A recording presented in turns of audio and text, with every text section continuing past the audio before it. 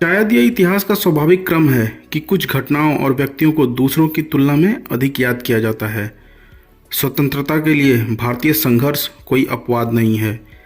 जबकि महान नेता और उनके द्वारा चलाए गए आंदोलनों का सम्मान किया जाता है, वहीं कुछ ऐसे गुमनाम नायक भी हैं जिनका योगदान इतिहासकारों की विद्वतापूर्ण पुस्तकों को छोड़कर हमेशा गायब रहा है। आज एक ऐसी भूली बिसरी आज़ादी के मतवालों की दास्तान लाया हूँ आपके सामने। नमस्कार, मेरा नाम है राधेश्याम शर्मा और आप देख रहे हैं A.0 का हिस्ट्री आर्क। और आज की कहानी है रॉयल इंडियन नेवी के विद्रोह की, जो 18 फरवरी 1946 को शुरू हुआ था और केवल 5 दिनों में ही ब्रिटिश राज ने भारत में अपनी नेवी पर से पूरा कंट्रोल खो दिया था। इस महान गाथा पर आने से पहले हमें कुछ उस समय के हालातों को जानना काफ़ी ज़रूरी है। द्वितीय विश्व युद्ध ने भू राजनीति को बदल दिया। उसने समाजों को, दुनिया और खुद को देखने के तरीकों को भी बदल दिया। भारतीय सैनिक कोई अपवाद तो थे नहीं। युद्ध के कारणों से RIN का तेजी से विस्तार हुआ था। 1945 में ये अपने आकार से 10 गुना बड़ा हो चुका था। भर्ती अब ऊंची जाति तक ही सीमित नहीं थी। कई तबकों के लोगों को सेना में शामिल किया गया और भारतीयों की मौजूदगी ने बड़े स्तर पर विश्व में कई जगहों पर ब्रिटिश सेना को युद्ध जीतने में मदद की थी। जैसे ही अभियानों ने सैनिकों को समुद्र पार करवाया, उन्होंने दुनिया देखी, समाचार पत्र पढ़े और सीखा कि द्वितीय विश्व युद्ध तो लोकतंत्र और स्वतंत्रता की बहाली के लिए लड़ा जा रहा है। ग्रीस, इटली, बर्मा, भारत, चीन और इंडोनेशिया को मुक्त करने के बाद भारतीयों को स्वयं स्वतंत्रता के रक्षक के रूप में सम्मानित किया गया। इसने उनमें कईयों को ये सोचने पर मजबूर कर दिया कि क्या मेरा अपना देश आज़ाद नहीं होगा? मैं एक स्वतंत्रता का रक्षक कैसे हो सकता हूँ, जबकि खुद मेरी मातृभूमि गुलामी के अंधकार में है। द्वितीय विश्व युद्ध की इस लड़ाई में कई भारतीय, जो कि अलग अलग जातियों से आते थे, एक साथ बैठे, खाना खाया, एक दूसरे के दुख सुख बांटे और इसने उनमें ऊंची जाति और नीची जाति के बंधनों से परे सिर्फ और सिर्फ भारतीय होने के एहसास को जन्म दिया। इसके अतिरिक्त तकनीकी पदों पर भारतीयों को शामिल करने से यह साबित हो गया कि वह पेशेवर विशेषज्ञताओं में गोरों से कमतर नहीं है, बल्कि उनसे 20 हैं। और उन्होंने पहली बार देखा कि शुरुआती जापानी हमले के सामने यूरोपीय कैसे भाग खड़े हुए थे। तथाकथित खुद को सर्वश्रेष्ठ बताने वाली गोरी नस्ल के वर्चस्व का बुलबुला फूट चुका था। युद्ध की समाप्ति का अर्थ विमुद्रीकरण और बेरोजगारी की चिंता भी थी। इससे भी बदतर भद्दे ब्रिटिश नस्लवाद का कोई अंत नहीं था। अंग्रेजों का वेतन भारतीयों से 5 से 10 गुना अधिक था। भारतीयों को जहां 16 रुपये मिलते थे, वहीं गोरे सैनिकों का वेतनमान 60 रुपये से शुरू होता था। उनके पास बेहतर भोजन, बेहतर क्वार्टर, बेहतर गुणवत्ता वाली वर्दी थी और ट्रेन में अलग अलग बर्थ पर आराम से यात्रा करने का अधिकार था। वहीं भारतीयों को ट्रेन के डब्बों में ठूस ठूस कर भर दिया जाता था। भारतीय बैरकों में घुसकर उन्हें सुअर, गंदे, बदबूदार जैसे शब्दों से संबोधित किया जाता था। भोजन में सड़ी गली दाल के साथ कच्ची पक्की रोटियां फेंक दी जाती थी, जो खाने लायक नहीं था। वहीं गोरों को बढ़िया खाना मिलता था। यहाँ तक कि कई बार पदक और सिफारिशों को भी अस्वीकार कर दिया गया। भारतीय नौसैनिकों ने अंग्रेजों द्वारा इस्तेमाल की जाने वाली अभद्र भाषा से हमेशा घृणा की और कई बार इस घृणा ने गुस्से का रूप ले लिया। मार्च 1942 से अप्रैल 1945 के बीच कम से कम 9 छोटे विद्रोह हुए। राष्ट्रवादी मोर्चे पर वीरतापूर्ण भारत छोड़ो आंदोलन की कहानियां अक्सर भारतीय नौसैनिकों के बैठकों में चर्चा का केंद्र बनी रहती थी। लेकिन इसी बीच एक बड़ी घटना हुई, नेताजी का उदय। नेताजी सुभाष चंद्र बोस और आज़ाद हिंद फौज का, जिन्होंने भारतीय नौसेना के जवानों में जोश भर दिया। आज़ाद हिंद फौज के संघर्ष की खबरें जब सामने आई तो रॉयल इंडियन नेवी के जवानों को इस बात पर खुशी हुई थी कि एक करिश्माई नेता के नेतृत्व में एक औपचारिक भारतीय सेना ने वास्तव में लड़ाई में अंग्रेजों का मुकाबला किया था। और जैसे ही आज़ाद हिंद फौज के अधिकारियों का मुकदमा लाल किले में आगे बढ़ा तो प्रेस ने उनके संघर्ष के गैर सांप्रदायिक चरित्र की कहानियां छापी, जिसे सुनकर भारतीय नेवी के जवानों में जोश भर गया था।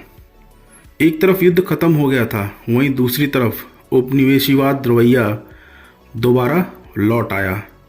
भारतीयों ने इस तथ्य पर गहरी नाराजगी जताई कि उनकी सेना को अब बर्मा, इंडोनेशिया और भारत चीन में नई लोगों के सरकारों को कुचलने और फ्रांसीसी और डच उपनिवेशों को फिर से स्थापित करने के लिए भेजा जा रहा है। 1945 के आखिरी महीने में बॉम्बे और कलकत्ता में पुलिस की गोलीबारी में लगभग 63 प्रदर्शनकारियों की मौत हो गई थी। ये काफ़ी अशांत समय था और युवा भारतीय नौसैनिकों के मन में इसका गहरा प्रभाव पड़ा। विद्रोह के नेताओं में से बलाई चंद्र दत्त एक थे और उन्होंने लिखा है कि बैरकों की दीवारें अब राष्ट्रवाद के ज्वर को रोकने के लिए पर्याप्त नहीं बची थी। बॉम्बे में स्थित HMIS तलवार रिन का सिग्नल प्रशिक्षण प्रतिष्ठान था। बोर्ड पर 1500 अधिकारियों और भारतीय नौसेना के जवानों के साथ यह पूरे साम्राज्य में दूसरा सबसे बड़ा प्रशिक्षण का केंद्र था। यह वह समय था जब बर्मा से एक सहकर्मी गुप्त रूप से नेहरू और शरद चंद्र बोस को नेताजी द्वारा गुप्त रूप से लिखे गए पत्रों को लेकर लौटा, जिसे पढ़कर कई भारतीय सैनिकों में जोश भर गया। तब बलाई चंद्र दत्त ने सैनिकों को संबोधित करते हुए कहा था कि हम व्यापक रूप से विभिन्न क्षेत्रों से आए हैं। हिंदू, मुस्लिम, सिख, ईसाई परिवारों से हम संबंध रखते हैं, लेकिन नौसेना में बिताए वर्षों ने हमें विभिन्न धर्मों के बजाय सिर्फ एक भारतीय बना दिया है और उनमें से कुछ ने आज़ादी हिंदी नामक एक गुप्त समूह का गठन कर दिया। बलाई चंद्र दत्त इस समूह का मुखिया बने और कैंटीन को केंद्र बनाया गया और रिक्रूटमेंट शुरू हो गए। 1 दिसंबर 1945 को नौसेना दिवस पर उन्होंने पूरे प्रतिष्ठान में भारत छोड़ो, इनकलाब जिंदाबाद और अब विद्रोह लिखा और हर जगह उसके पोस्टर चिपका दिए। कमांडर इन चीफ जनरल के दौरे पर आने के बावजूद इसे बार बार दोहराया गया। ब्रिटिश सरकार इस बात से काफ़ी चिंता में थी कि सेना में विद्रोह की भावना पनप रही है, लेकिन वह इसे बड़ा नहीं करना चाहती थी। इसी वजह से इस पर तुरंत कार्रवाई नहीं करना चाहती थी। लेकिन इसी बीच बलाई चंद्र दत्त को गिरफ्तार कर लिया गया। कमांडर ऑफिसर फ्रेडरिक किंग के सामने ले जाया गया। फ्रेडरिक किंग कुछ कहता इससे पहले ही बलाई चंद्र दत्त ने चिल्लाकर कहा, अपनी सांस बचाओ कमांडर, मैं तुम्हारे फायरिंग दस्ते का सामना करने के लिए तैयार हूँ। और इस वाक्य ने उन्हें तत्काल पूरे विद्रोह का नायक बना दिया। उन्हीं के साथ ही एक अन्य दरोगा BR सिंह ने अपनी टोपी नीचे फेंकी और अधिकारियों के सामने लात मार दी। यह ब्रिटिश सत्ता का अपमान था, क्योंकि आप ब्रिटिश नेवी में नौकरी से बर्खास्त किए जा सकते हो या रिटायर हो सकते हो, लेकिन इस तरह से इस्तीफा नहीं दे सकते। अभूतपूर्व घटनाओं को प्रेस का काफ़ी कवरेज मिला। खास करके बलाई चंद्र दत्त को जब गिरफ्तार किया गया तो उनकी गिरफ्तारी की तस्वीरें अखबारों के पन्नों में छपी और जिसे देखकर भारतीय जवानों में जहां एक तरफ जोश भरा, वहीं दूसरी तरफ उनके भीतर का गुस्सा और बढ़ गया। बात बंबई के सभी नौसेना के जहाज़ों और तटीय नौसैनिक प्रतिष्ठानों तक फैल गई। अब भारतीय जवानों ने खुले तौर पर राजनीति पर चर्चा करना शुरू किया। राष्ट्रवादी समाचार पत्रों को पढ़ा, ऋण राहत कोष की स्थापना की और CO फ्रेडरिक किंग के विरोध में व्यक्तिगत पत्र प्रस्तुत किए। HIMS तलवार पर हड़ताल कर दी गई। 17 फरवरी को जब भारतीयों ने अच्छे भोजन की अपनी मांग को दोहराया तो ब्रिटिश अधिकारियों ने उनका मजाक उड़ाते हुए कहा, बेगर्स कांट बी चूजर्स। और इस वाक्य ने आग में घी का काम किया। 18 फरवरी की सुबह विरोध में 1500 भारतीय मेस हॉल से बाहर चले गए और बिना खाए पिए सो गए। फिर उन्होंने यह भी घोषित किया कि यह केवल भोजन के लिए किया जाने वाला आंदोलन नहीं है, हम इतिहास रचने वाले हैं। आने वाले स्वतंत्र भारत के लिए एक गौरव की विरासत बनाने जा रहे हैं। शाम 4:30 बजते बजते भारतीय जवानों ने अपने अधिकारियों और यहाँ तक कि रियर एडमिरल रेटरिक की अपील को खारिज कर दिया था। स्ट्राइक कमेटी ने तय किया कि उनका काम ऋण को अपने कब्जे में लेना है और इसे राष्ट्रीय नेताओं की कमान में रखना है। आज़ाद हिंद फौज के युद्धबंदियों और नौसेना के बंदियों सहित सभी भारतीय राजनीतिक कैदियों की रिहाई, इंडोनेशिया और मिस्र से भारतीय सैनिकों की वापसी, वेतन और भत्तों की समान स्थिति और भारतीय भोजन की सर्वोत्तम श्रेणी सहित मांगों की एक औपचारिक सूची तैयार की गई। बॉम्बे प्रेस तेजी से हो रही घटनाओं से हैरान था और उसे छापने या न छापने की उधेड़-बुन में लगा हुआ था। उस रात तक आकाशवाणी और बीबीसी को आरआईएन की हड़ताल का समाचार प्रसारित करना था और यह पूरे देश में जंगल की आग की तरह फैल गया। अगली सुबह होते होते बंबई में लगभग 60 आरआईएन के जहाज़ों ने आश्रय ले लिया, जिसमें प्रमुख HIMS नर्मदा, HIMS मद्रास, सिंध, मराठा, तीर, धनुष, खैबर, क्लाइव, पंजाब, गोंडवाना, बरार, मोती, जमुना, कुमायूं और अवध शामिल थे और बड़े कैसल और बैरक और साथ ही जो फोर्ट बैरक थे उन सहित 11 नौसैनिक तटीय प्रतिष्ठानों ने यूनियन जैक को नीचे खींच लिया। ब्रिटिश झंडे को जैक से गिरा दिया गया और वहां पर कांग्रेस, मुस्लिम लीग और कम्युनिस्ट पार्टी के 3 झंडे फहरा दिए गए। चरखा, क्रिसेंट, हैमर और सिकल के संयुक्त बैनर के तहत भारतीयों ने विदेशियों का पीछा किया। ब्रिटिश स्वामित्व वाली दुकानों पर पथराव किया गया। 20 फरवरी की सुबह तक हड़ताल कलकत्ता, कराची, मद्रास, जामनगर, विशाखापट्टनम, कोचीन और अन्य नौसेना स्टेशनों तक फैल गई थी। 80 जहाज़ों, 4 बड़े फ्लोट लाइट्स और 20 नौसैनिक किनारे बेड़ों के साथ साथ लगभग 20,000 जवान विद्रोह में शामिल हो गए। कुछ भारतीय अफसर शोबानी और लेफ्टिनेंट मनी इससे दूर रहे, लेकिन अगले 48 घंटे के अंदर ही अंग्रेजों ने अपनी पूरी नेवी पर से कंट्रोल खो दिया। एक नवगठित naval central strike committee NCSC में बॉम्बे के सभी जहाज़ों और बैरकों के 12 से 36 प्रतिनिधि को शामिल किया गया। लीडिंग सिग्नलमैन MS खान और पेटी ऑफिसर टेलीग्राफिस्ट मदन सिंह अध्यक्ष और उपाध्यक्ष चुने गए। उन्होंने ऋण का नाम बदलकर इंडियन नेशनल नेवी घोषित कर दिया।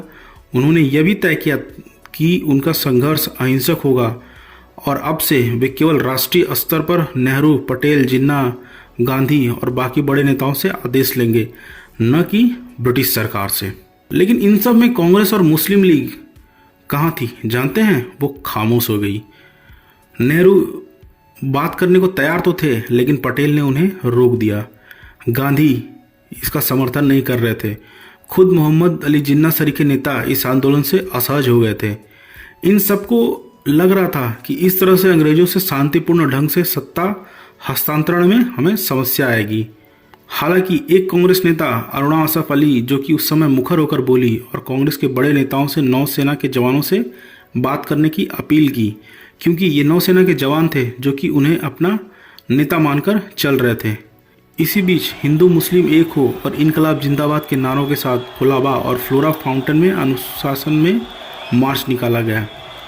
बम्बई के लोगों ने उनका हौसला बढ़ाया।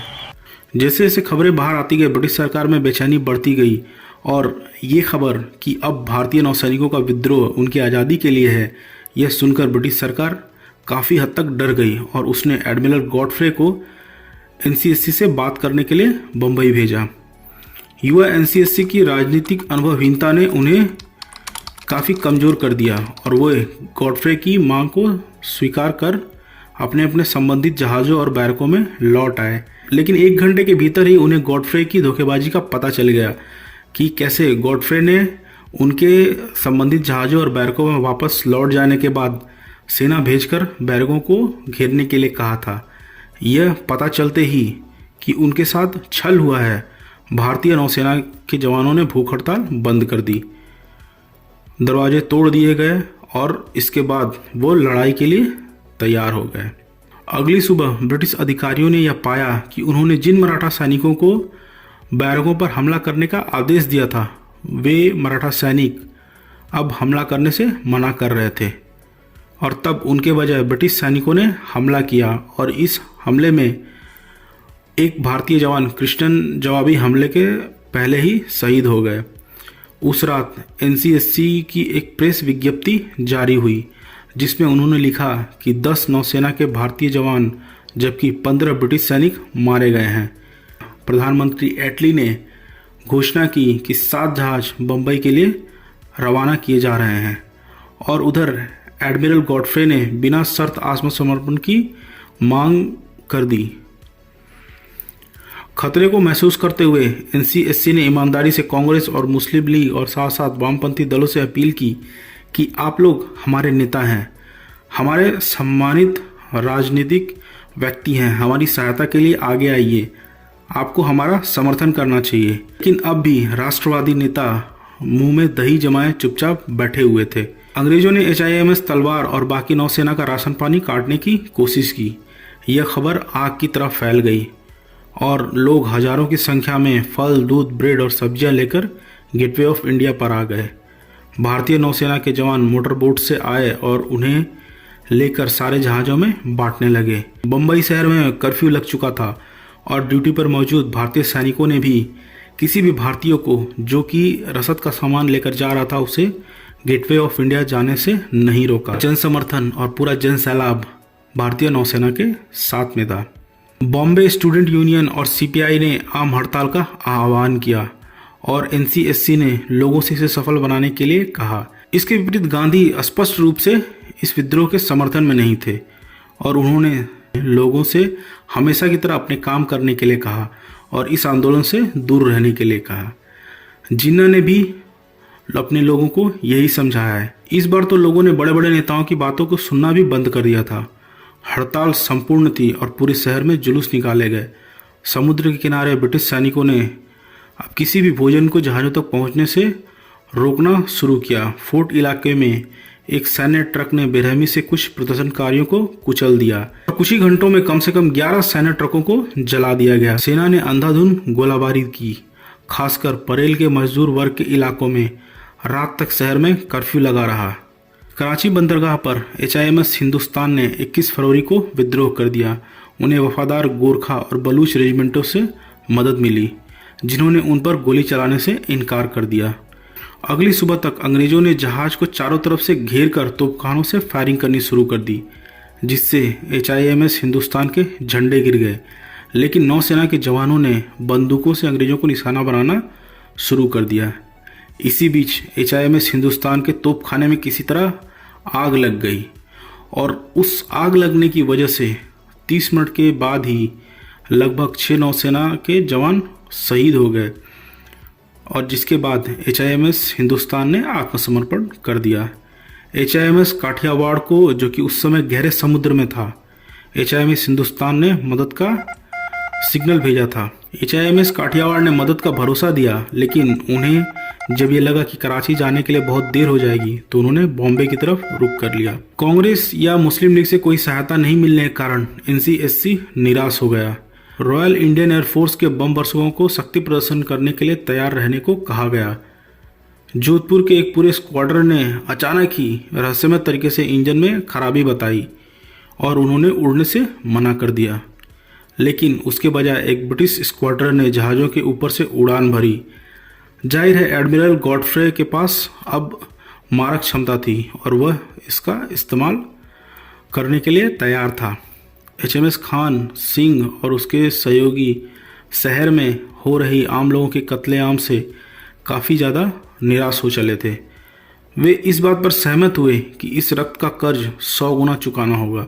उन्होंने जहाज़ों के तोपों का मुंह बम्बई शहर की तरफ कर दिया और गेटवे ऑफ इंडिया सहित पूरे बम्बई को नेस्तनाबूद करने की धमकी दी।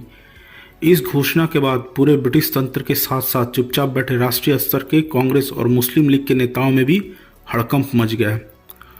इसके बाद सरदार पटेल के साथ उनकी गहन वार्ता हुई। पटेल ने उन्हें आश्वासन दिया कि राष्ट्रीय नेतृत्व उनकी शिकायतों पर गौर करेगा और किसी भी सैनिक को आत्मसमर्पण करने के बाद कोई भी सजा नहीं मिलेगी। नौसेना इन सब पर भी 2 टुकड़ों में बढ़ गई थी। कई भारतीय सैनिक लड़ना चाहते थे जबकि कुछ ये कह रहे थे कि उनके पास संसाधन बहुत कम हैं और उन्हें राष्ट्रीय नेता की बात मान लेनी चाहिए, क्योंकि उन्होंने पहले ये घोषणा कर दी थी कि उन्हें राष्ट्रीय नेताओं के निर्देशानुसार ही काम करना है और राष्ट्रीय नेता उन्हें अब सरेंडर करने को कह रहे हैं। उसी समय मोहम्मद अली जिन्ना का संदेश भी NSC तक पहुंचा और उन्होंने विशेष रूप से मुस्लिम जवानों को आत्मसमर्पण करने के लिए कहा। इसने विद्रोह के भाग्य की रेखा को कमज़ोर कर दिया। NCSC के 36 में से 30 ने अब संघर्ष को रोकने के लिए मतदान किया। निजी पत्राचार से ऐसा लगता है कि पटेल का निर्णय इस विचार से प्रभावित था कि सेना में अनुशासन से छेड़छाड़ नहीं की जा सकती है।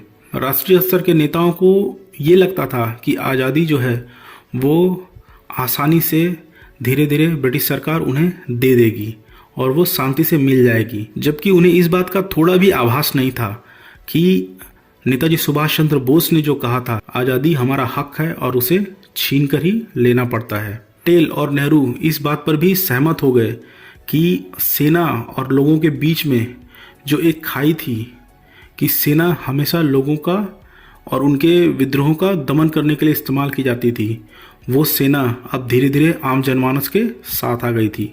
लेकिन आत्मसमर्पण करने के बाद नौसेना के जवानों के साथ बहुत बुरा हुआ।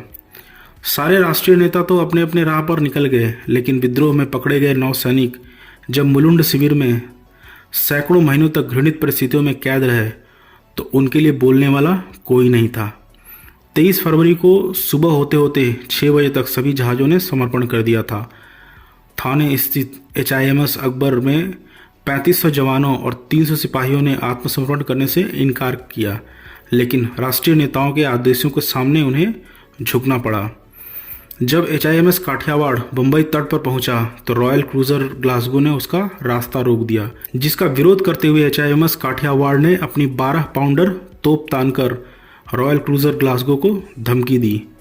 ग्लासगो पर मौजूद ब्रिटिश अधिकारियों ने उनकी बहादुरी का सम्मान करते हुए उन्हें बॉम्बे बंदरगाह में जाने की अनुमति दी, लेकिन जब तक काठियावाड़ बंदरगाह तक पहुंचता तब तक सब कुछ खत्म हो चुका था। हालांकि आम जनता हार मानने के मूड में नहीं थी। गुस्से से खौलते शहर ने अगले ही दिन बैरिकेड्स खड़े कर दिए और पत्थरों से गोलियों का मुकाबला किया। केवल 2 दिनों में आधिकारिक गणना में 228 नागरिक और 3 पुलिसकर्मी मारे गए और लगभग 1046 लोग और 91 पुलिसकर्मी और सैनिक घायल हुए। 23 फरवरी की शाम तक कांग्रेस, मुस्लिम लीग और भाकपा के स्वयंसेवक लोगों से हटने के लिए कहने लगे। कलकत्ता में ट्रामवे वर्कर्स यूनियन के नेतृत्व में हड़ताल अगले दिन तक जारी रही और पहली बार रेलवे कर्मचारी भी इसमें शामिल हुए, जिससे देश का एक बड़ा हिस्सा पंगु हो गया। इस बार अंग्रेजों को समझ में आया कि ये आंदोलन कितना व्यापक हो चला है। गौरतलब है कि कलकत्ता के माजरहाट में 1386 इंडियन पायनियर कंपनी के जवान और NCO हड़ताल में शामिल हुए। जब उनके क्रोधित कमांडिंग ऑफिसर ने उन पर नस्लभेदी टिप्पणी की और नाइक बुधन साहब को थप्पड़ मारा तो उन्हें वापस थप्पड़ मार दिया गया। नाइक बुधन का कोर्ट मार्शल किया गया और जब कोर्ट मार्शल किया जा रहा था तब बुधन को अपमानजनक शब्दों से और नस्लभेदी शब्दों से संबोधित किया गया, जिसे सुनकर नाइक बुधन गरज उठे और उन्होंने कहा कि क्या मुझे अपने दुश्मन से रहम की भीख मांगनी चाहिए। 22 फरवरी की रात को जारी अपने अंतिम बयान में NCSC ने निष्कर्ष निकाला कि हमारी हड़ताल हमारे राष्ट्र के जीवन में एक ऐतिहासिक घटना रही है। पहली बार सड़कों पर सैनिक और आम जनमानस का खून एक साथ एक उद्देश्य के लिए बहा है। हम सैनिक इसे कभी नहीं भूलेंगे। हम ये भी जानते हैं कि आप हमारे भाई बहन नहीं भूलेंगे। हमारे महान लोग अमर रहें।